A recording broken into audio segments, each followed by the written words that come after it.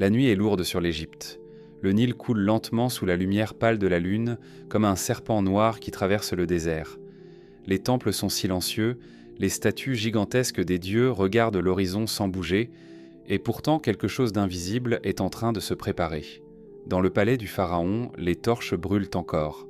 Des prêtres murmurent des prières anciennes, des formules vieilles de milliers d'années censées protéger l'empire le plus puissant du monde. Mais voici ce que peu de gens savent. Cette nuit-là, les prêtres égyptiens ont senti que quelque chose n'allait pas.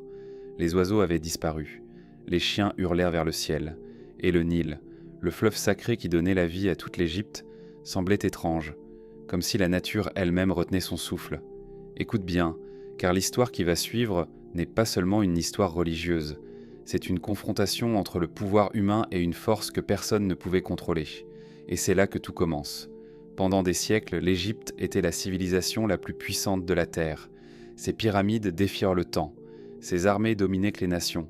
Son pharaon n'était pas seulement un roi, il était considéré comme un dieu vivant. Les Égyptiens croyaient que le pharaon était l'incarnation d'Horus, le fils du dieu du soleil. Son pouvoir était absolu. Sa parole était loi. Personne ne le défiait. Personne, sauf un homme qui n'avait ni armée, ni richesse, ni pouvoir politique, un homme qui portait seulement un bâton de berger. Cet homme s'appelait Moïse.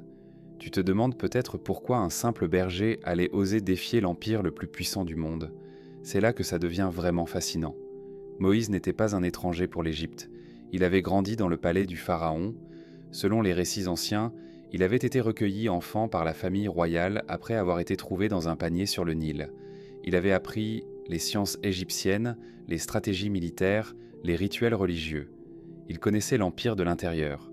Mais un jour, tout a basculé. Après avoir tué un Égyptien qui maltraitait un esclave hébreu, Moïse a été contraint de fuir dans le désert. Pendant 40 ans, il disparaît de l'histoire. 40 ans de silence, jusqu'à un moment étrange, presque impossible à croire. Un jour, au pied d'une montagne isolée du désert du Sinaï, Moïse aperçoit un buisson en feu. Mais le buisson ne brûle pas. Les flammes dansent, sans consumer les branches. Imagine la scène, le vent du désert, le silence immense des montagnes, et cet arbre qui brûle sans disparaître.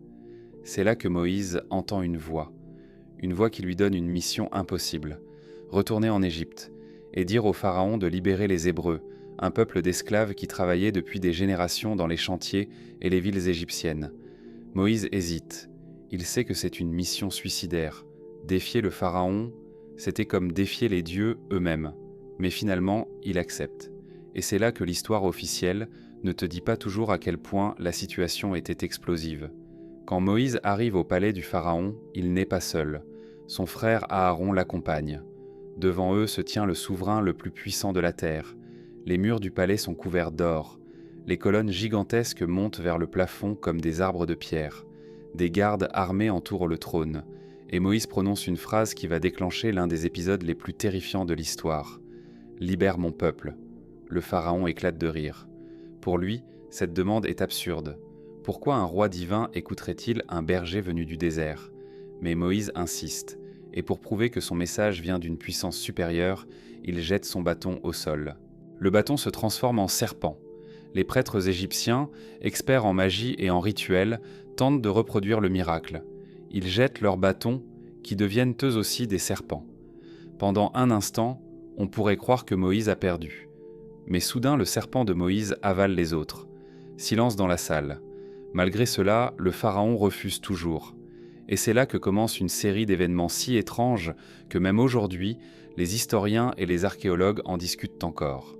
La première catastrophe arrive au cœur même de l'Égypte, le Nil. Du jour au lendemain, l'eau du fleuve devient rouge, comme du sang. Les poissons meurent, l'odeur devient insupportable. Les Égyptiens ne peuvent plus boire. Dans une civilisation où le Nil est la source de toute vie, c'est une catastrophe totale. Mais ce n'est que le début. Des grenouilles envahissent les villes. Elles sortent du fleuve par milliers, par millions. Elles remplissent les maisons, les lits, les cuisines. Imagine ouvrir ta porte et voir le sol entièrement recouvert de grenouilles vivantes. Puis viennent les insectes, des nuées de moucherons et de moustiques qui attaquent les hommes et les animaux. Ensuite, les maladies frappent le bétail. Les chevaux, les vaches, les moutons meurent. l'économie agricole de l'Égypte commence à s'effondrer.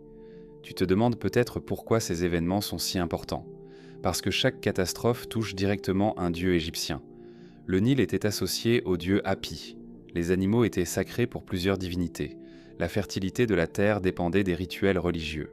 Autrement dit, chaque plaie semblait défier un dieu égyptien, comme si une force invisible était en train de démontrer que le pouvoir du pharaon n'était qu'une illusion. Mais le pharaon refuse toujours. Alors les catastrophes deviennent encore plus terrifiantes.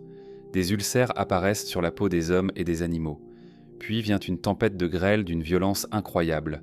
Des blocs de glace tombent du ciel dans un pays désertique où la grêle est presque inconnue. Les récoltes sont détruites, les arbres sont brisés, et juste quand les Égyptiens pensent que le pire est passé, une nouvelle horreur apparaît à l'horizon.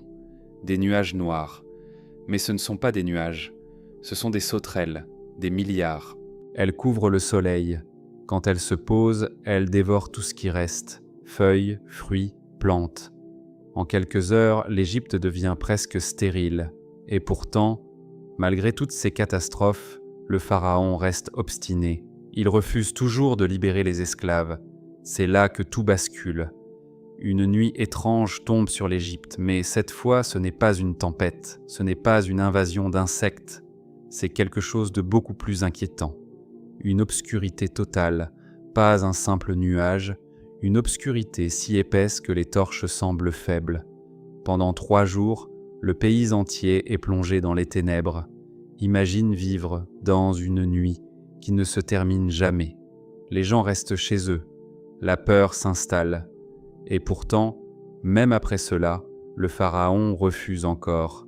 Alors vient la dernière nuit, la nuit dont les récits ont traversé les siècles.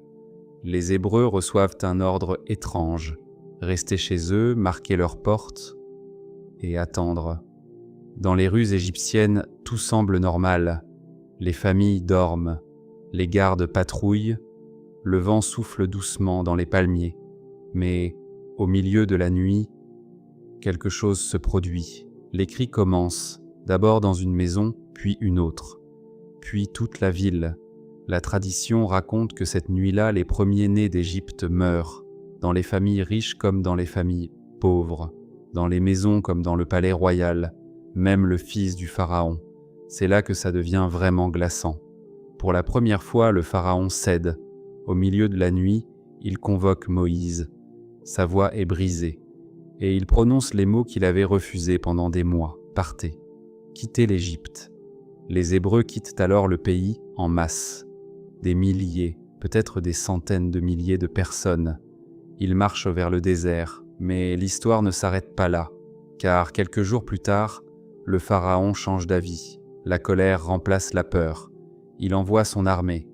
Des chars rapides, l'élite militaire de l'Égypte, les soldats rattrapent les Hébreux près de la mer, devant eux, l'eau, derrière eux, l'armée la plus puissante du monde. La situation semble désespérée, et c'est ici que se produit l'un des moments les plus célèbres de l'histoire religieuse. Moïse lève son bâton, le vent souffle, la mer s'ouvre, un passage apparaît. Les Hébreux traversent. Puis, l'armée égyptienne s'engage à son tour, et selon le récit, les eaux se referment, l'armée disparaît. Le pouvoir du pharaon est brisé. Mais voici la question qui rend cette histoire encore plus fascinante aujourd'hui. Est-ce que ces événements ont vraiment eu lieu exactement comme ils sont racontés ? Des chercheurs ont proposé des explications naturelles possibles. Éruptions volcaniques lointaines, changements climatiques, phénomènes du Nil. D'autres pensent que les récits ont été amplifiés au fil des siècles. Mais une chose reste certaine. Cette histoire a marqué des milliards de personnes pendant des millénaires. Elle est devenue un symbole universel, le symbole d'un peuple opprimé qui retrouve sa liberté, le symbole d'un pouvoir humain qui se croit invincible mais qui découvre ses limites. Et peut-être aussi un rappel que les civilisations les plus puissantes peuvent disparaître, que les rois qui se croyaient éternels peuvent tomber, et que parfois, les plus grands bouleversements de l'histoire commencent simplement avec un homme et un bâton de berger. Alors la prochaine fois que tu regarderas les pyramides d'Égypte, immobiles depuis des milliers d'années, pose-toi cette question. Combien d'histoires comme celle-ci dorment encore sous le sable du désert? Et surtout, si cette histoire t'a donné des frissons, attends de découvrir celles qui restent encore à raconter.